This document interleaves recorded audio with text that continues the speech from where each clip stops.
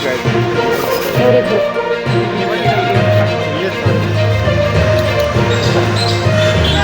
ಬರ್ತಾ ಇದೆಯಾ ಸರ್? ಅದು ಆಗಲ್ಲ ಆಗಲ್ಲ.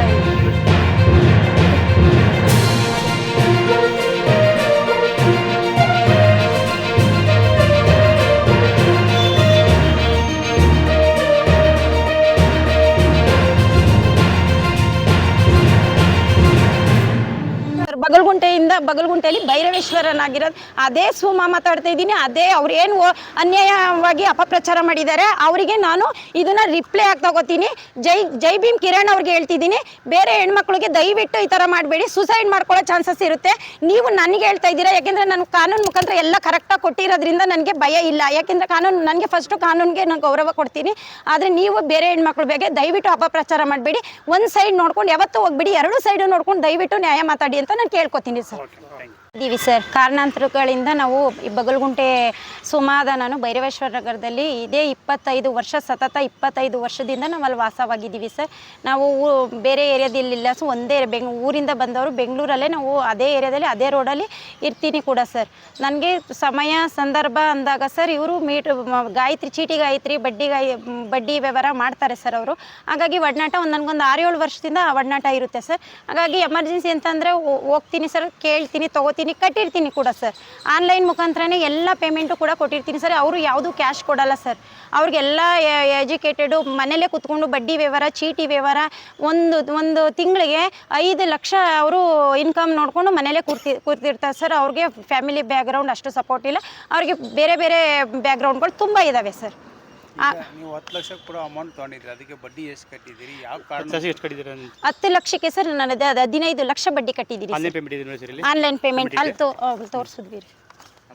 ನಾನು ಅದನ್ನ ಅವರು ತಿಂಗಳಿಗೆ ಬಡ್ಡಿ ಕೊಡ್ತಾ ಇರಲಿಲ್ಲ ಸರ್. ಅವರು ವಾರದ ಬಡ್ಡಿ, 15 ದಿನದ ಬಡ್ಡಿ, ಎಮರ್ಜೆನ್ಸಿ ಅಂತ ಹೋದ್ರೆ ಸರ್ 1 ಲಕ್ಷಕ್ಕೆ 10,000 ಬಡ್ಡಿ ಫರ್ ಡೇಗೆ ಸರ್. ಒಂದು ದಿನಕ್ಕೆ 10,000 ಬಡ್ಡಿ ತಗೋತಾ ಇದ್ರು ಸರ್.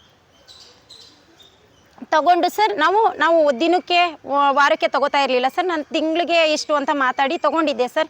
ಮನೆ ಕನ್ಸ್ಟ್ರಕ್ಷನ್ ಮಾಡಿಸ್ತಾ ಇರೋ ವಿಷಯವಾಗಿ ನಾನು ತೊಗೊಂಡಿದ್ದೆ. ತೊಗೊಂಡಾಗಿದ್ಮೇಲೆ ಸರ್ ನಾವು ಬಿಲ್ಡಿಂಗ್ ಮೇಲೆ ಲೋನ್ ಎಲ್ಲ ಮಾಡಿಸಿ ಇವ್ರದ್ದು ಏನು ಕೊಡಬೇಕು ಎಲ್ಲ ಕೊಟ್ಟು ಕ್ಲಿಯರ್ ಮಾಡಿರ್ತೀವಿ ಸರ್. ಕೊಟ್ಟು ಕ್ಲಿಯರ್ ಮಾಡಿದ್ರು ಕೂಡ ಸರ್ ಬಂದು ಇನ್ನೂ ಬಡ್ಡಿ ಕೊಡಬೇಕು ಅಂತ ಸತತ ನನಗೆ 3 ವರ್ಷದಿಂದ ನನಗೆ ಮಾನಸಿಕವಾಗಿ ಕುಗ್ಗಿಸ್ತಾ ಇದ್ದಾರೆ ಸರ್. ಅಪಪ್ರಚಾರ ಮಾಡ್ತಿದ್ದಾರೆ ನನ್ನ ಮೇಲೆ. ಸುಳ್ಳುಗಳು ಹೇಳ್ತಾ ಇದ್ದಾರೆ. ನನ್ನ ನೆಮ್ಮದಿಯಾಗಿ ಓಡಾಡೋದಕ್ಕೆ ಬಿಡ್ತಾ ಇಲ್ಲ. ನಾನು ಏನಾದ್ರೂ ನಾವು ಒಂದು ಬಿಸ್ನೆಸ್ ಪರ್ಪಸಲ್ಲಿ ಇದ್ದೀವಿ ಸರ್. ಮನೆ ವಾಟರ್ ಬಿಸ್ನೆಸ್ ಮಾಡಿಕೊಂಡು ಜೀವನ ಮಾಡ್ತಾ ಇದ್ದೀವಿ. ಸೋಷಿಯಲ್ ವರ್ಕರನ್ನೇ. ಹಸ್ಬೆಂಡು ಮೇಸ್ತ್ರಿ ಕೆಲಸ ಮಾಡ್ತಾರೆ ಸರ್. ಒಡನಾಟ ಇರುತ್ತೆ. ಸೈಟ್ಗಳು ಕೊಡಿಸ್ತೀನಿ ಅಂತ ಇವಳು ಕೋಟಿ ವಂಚನೆ ಮಾಡಿದ್ದಾಳೆ. ಕೋಟಿ ಇವಳು ದುಡ್ಡು ತೊಗೊಂಡಿದ್ದಾಳೆ. ಐಷಾರಾಮಿ ಬಂಗ್ಲೆಲಿದ್ದಾಳೆ. ಇವಳಿಗೆ ಪ್ರಭಾವಿ ವ್ಯಕ್ತಿಗಳದ್ದು ಇದಿದೆ, ಏನು ಸಂಪರ್ಕ ಇದೆ, ಇವಳಿಗೆ ಎಲ್ಲರೂ ಸಪೋರ್ಟ್ ಮಾಡ್ತಿದ್ದಾರೆ ಅಂತ ಹೇಳ್ತಾರೆ ಸರ್. ಕಾನೂನು ನಾನು ಕಾನೂನನ್ನ ತುಂಬ ವಿಶ್ವಾಸ ಗೌರವ ಇಟ್ಕೊಂಡಿದ್ದೀನಿ ಸರ್. ಕಾನೂನು ವಿಚಾರವಾಗಿ ನಾನು ಯಾವುದೂ ಕಾನೂನು ಬಿಟ್ಟು ನಾನು ಹೋಗೋವಳಲ್ಲ ಸರ್. ಅವ್ರು ಏನಾದರೂ ಮಾತಾಡ್ಕೊಳ್ಳಿ ಅಂತೇಳಿ ನಾನು ಹೋಗೋವಳಲ್ಲ. ಆದ್ರೂ ಇವರು ಅಪಪ್ರಚಾರ ಮಾಡ್ಕೊಂಡೇ ಬಂದಿರ್ತಾರೆ ಸರ್.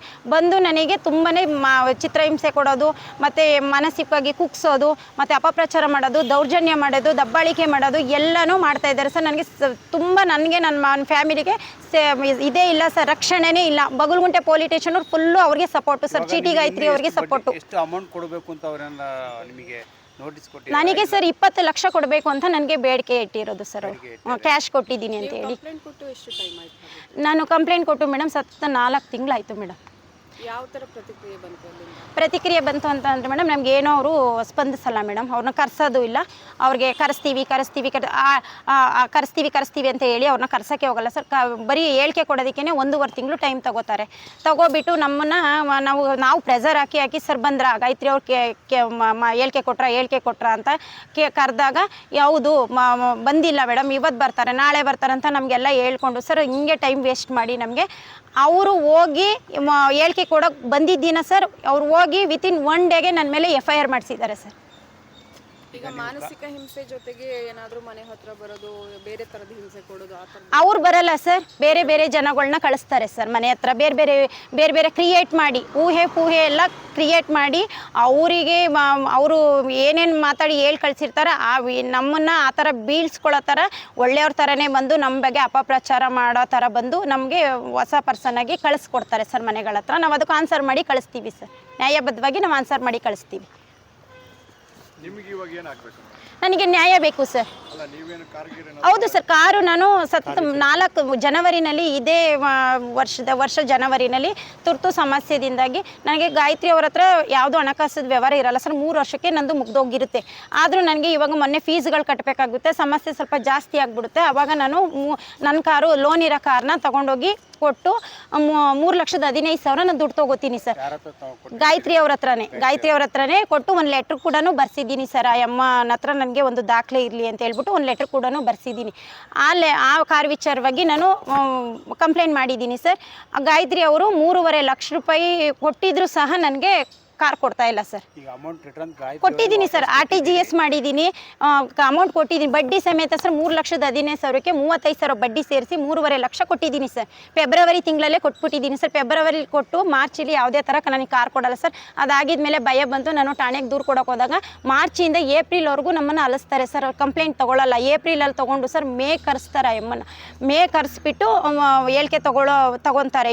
ಹೇಳಿಕೆ ತೊಗೊಂಡು ಕಾರ್ ಇಲ್ಲ, ನನ್ನ ಹತ್ರ ಕಾರ್ ಕೊಟ್ಟಿಲ್ಲ, ಕಾರ್ಗೂ ನನಗೂ ಸಂಬಂಧ ಇಲ್ಲ, ಅವ್ರ ಕಾರ್ ನನಗೆ ಗೊತ್ತೇ ಇಲ್ಲ ಅಂತ ಹೇಳಿ ಹೋಗ್ತಾರೆ ಸರ್. ಅದಾಗಿದ್ಮೇಲೆ ಸರ್ ಏನು ಸರ್ ನಾವು ಕಾರ್ ಕೊಟ್ಟಿರೋ ಕಂಪ್ಲೇಂಟಿಗೆ ಈ ಥರ ಅವರು ಹೇಳಿಕೆ ಕೊಟ್ಟು ಹೋಗಿದ್ದಾರೆ ಅಂತ ನಾನು ಹೇಳಿದಾಗ ಅವರು ನಮಗೆ ಹೇಳಿ ಕಳಿಸ್ತಾರೆ ಸರ್. ಎಂಡೋಸ್ಕೋಪಿನೂ ನಮಗೆ ಕೊಡ್ತಾರೆ. ಎಂಡೋಸ್ಕೋಪಿನ ನಾನು ತೊಗೊಂಬಂದಾಗಿದ್ಮೇಲೆ ಸರ್ ಇನ್ನು 3-4 ಡೇಸಿಗೆ ಗಾಯತ್ರಿ ಅವರ ಸ್ನೇಹಿತರಾದ ರಾಜು ಅವರು ಅಲ್ಲೇ ನಮ್ಮ ದಾಸರಳ್ಳಿನಲ್ಲಿ ಇದ್ದಾರೆ. ಅವರು ವಾಟ್ಸಪ್ ಸ್ಟೇಟಸಿಗೆ ಹಾಕ್ತಾರೆ ಸರ್, ಕಾರ್ ಸೇಲ್ಗಿದೆ, ಕಾರ್ಗೆ ಮಾರಾಟಕ್ಕಿದೆ, ಯಾರಾದರೂ ಇದ್ದರೆ ತೊಗೊಳ್ಳಿ ಅಂತ ವಾಟ್ಸಪ್ ಸ್ಟೇಟಸ್ಗೆ ಹಾಕಿದಾಗ ಸರ್ ಅದನ್ನು ಸ್ಕ್ರೀನ್ಶಾಟ್ ತೊಗೊಂಡೋಗಿ ಮತ್ತೆ 3-4 ಡೇಸ್ ಹೋಗಿ ರಾಜು ಮೇಲೆ ಗಾಯತ್ರಿ ಮೇಲೆ ಮತ್ತೊಂದು ದೂರು ಕೊಡ್ತೀನಿ ಸರ್. ಇವಾಗ ನೀವು ಕಾರ್ ಅವ್ರಿಗೆ ಅಡ ಇಡಬೇಕಾದ್ರೆ ಒಂದು ಡಾಕ್ಯುಮೆಂಟ್ 29 ಫಾರಮ್ಗೆ ಏನಾದ್ರು ಸೈನ್ ಮಾಡಿ ಕೊಟ್ಟಿದ್ದೀರಾ? ಸೈನ್ ಮಾಡಿ ಕೊಟ್ಟಿದ್ದೆ ಸರ್, ನಾನು ಕೊಟ್ಟಿದ್ದೆ. ಅಂದರೆ ನಿಮ್ಮ ಹತ್ರ ಏನು ಪ್ರೂಫ್ ಇದೆ? ಒಂದು ಲೆಟ್ರ್ ಬರ್ಸ್ಕೊಂಡಿದ್ದೀನಿ ಸರ್. ಲೆಟ್ರ್ ಬರ್ಸ್ಕೊಂಡು ಅಕ್ಕ ನಾನು ಬಿಡಿಸ್ಕೊತೀನಿ ತುರ್ತು ಸಮಸ್ಯೆವಾಗಿ ಅವರೇನೆ ಸರ್ ಎಲ್ಲ ಪ್ಲಾನ್ ಮಾಡಿ ನಮ್ಮ ಹತ್ರ ಕಾರ್ ಇಸ್ಕೊಂಡು ನಮ್ಮ ಹತ್ರ 29 ಫಾರಮ್ಗೆ ಸಿಗ್ನೇಚರ್ ಮಾಡಿಕೊಡ್ಸ್ಕೊಂಡು ಇಟ್ಕೊಂಡ್ರು ಸರ್. ನಮಗೆ ಪ್ರೀ ಪ್ಲ್ಯಾನ್ ಅಂತ ಗೊತ್ತಾಗಲಿಲ್ಲ ಸರ್. ನಮಗೆ ಪ್ರಾಬ್ಲಮ್ ಇರೋದಕ್ಕೆ ನಾವು ಬಿಡಿಸ್ಕೋಬೋದು ಅನ್ನೋ ಇದಕ್ಕೆ ನಾವು ಇಟ್ವಿ ಸರ್. ಸಮಸ್ಯೆ ಇರೋದಕ್ಕೆ ಅವತ್ತು ಎಮರ್ಜೆನ್ಸಿ ನಂಗೆ ತುಂಬ ಮಕ್ಕಳನ್ನ ಸ್ಕೂಲಿಂದ ಆಚೆ ನಿಲ್ಲಿಸಿದ್ರು ಸರ್. ಹಾಗಾಗಿ ನಾನು ಆ ಸಮಸ್ಯೆಗೆ ನಾನು ಇಟ್ಟೆ ಸರ್.